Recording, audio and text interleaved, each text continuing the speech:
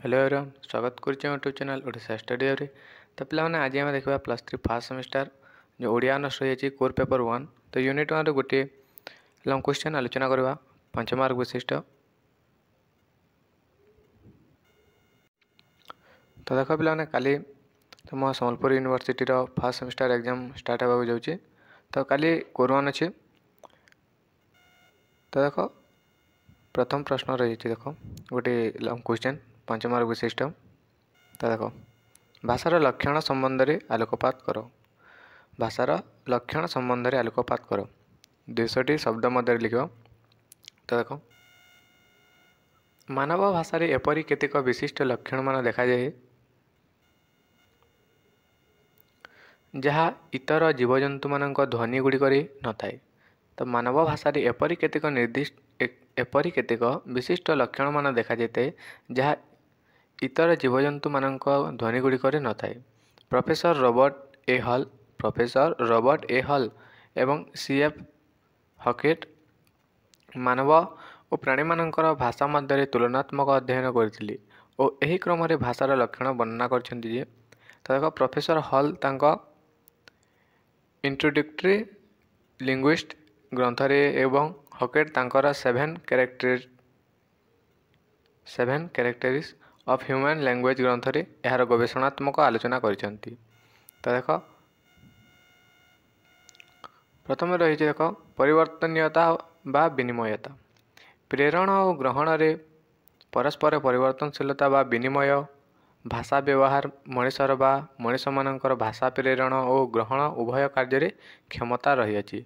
समाजर कौनसी व्यक्ति निज चिंताधारा को अन्य व्यक्ति मानक पाखरे पहुँचाइबाकू इच्छा करी ध्वनि माध्यम चिंताधारा को प्रेरण करते।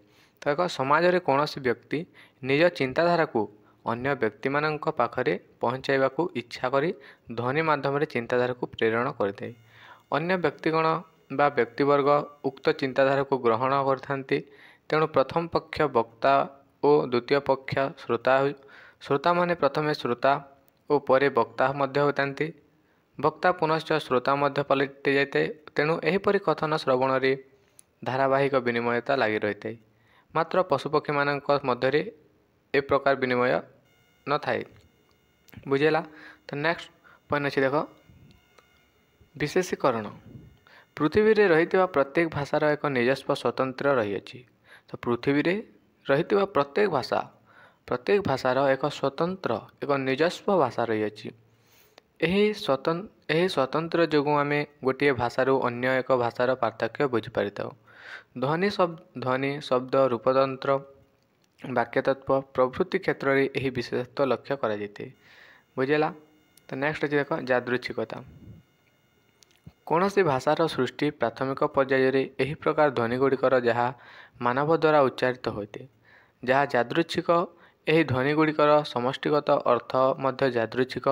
यही कारणरू भिन्न भिन्न भाषार भिन्न भिन्न ध्वनि मान रही अछि।